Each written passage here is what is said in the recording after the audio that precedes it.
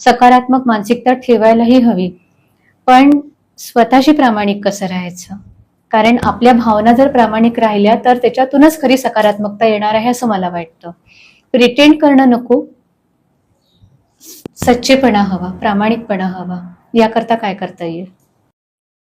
स्वतःच्या भावनांशी प्रामाणिक राहणं म्हणजे काय, तर आम्हाला जे सांगितलं गेलं सायकोलॉजीच्या लँग्वेजमध्ये की ज्या षडविकार आहे आपल्या आध्यात्मिक भाषामध्ये, म्हणजे काम, क्रोध, लोभ, मोह, मद, मत्सर, तर हे षटविकार जे आहे यांचं रूपांतर जेव्हा प्रेरणेमध्ये होईल तेव्हा तुमचा खरा उत्कर्ष होईल आणि तेव्हा तुम्ही तुमच्या भावनांशी प्रामाणिक राहू शकाल. कशा प्रकारे?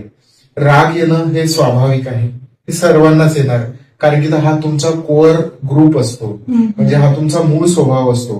पण याचं रूपांतर जेव्हा तुम्ही ह्या विकाराचं रूपांतर जेव्हा तुम्ही प्रेरणेमध्ये करता तेव्हा तुमच्या भावनांशी तुम्ही प्रामाणिक राहू शकता. कशा प्रकारे?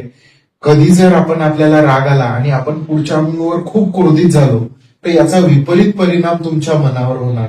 पण जेव्हा आपण ह्या रागाचं रूपांतर प्रेरणेच्या द्वारे दुसऱ्या गोष्टीमध्ये करणार तेव्हा काय होणार? तुम्हाला तेवढाच राग येणार ज्याने तुमच्या मनावर परिणाम होणार नाही आणि पुढच्याचा मध्ये विकास होणार. जसं की मला एखाद्या गोष्टीचा लोभ आहे तर मला लोभ असा असायला पाहिजे की त्यांनी जर एखादी चांगली गोष्ट केली तर मी सुद्धा ती चांगली गोष्ट करून दाखवणार, हा मला लोभ असला पाहिजे.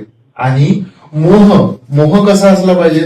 मोह म्हणजे जर त्याचं जर चांगलं होत आहे तर ते पाहून मला चांगलं वाटलं पाहिजे.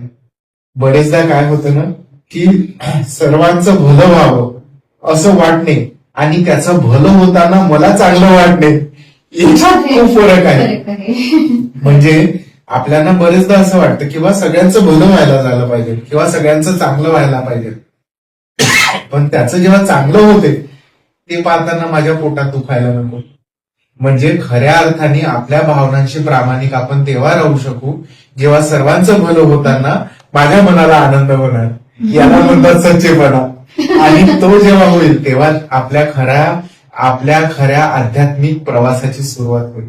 म्हणजे सर्वोत्तम साधना ही राहील की भवतु सब्ब मंगलम, सर्वांचं भलं व्हावं आणि सर्वांचं भलं होताना मला त्याचा आनंद व्हावा असं मला वाटतं. याच्यातूनच मानसिक शांतता जी आहे, मेंटल हेल्थ ज्याला आपण म्हणतो, त्याचा समतोल आपल्याला इथे साधता येईल आहे.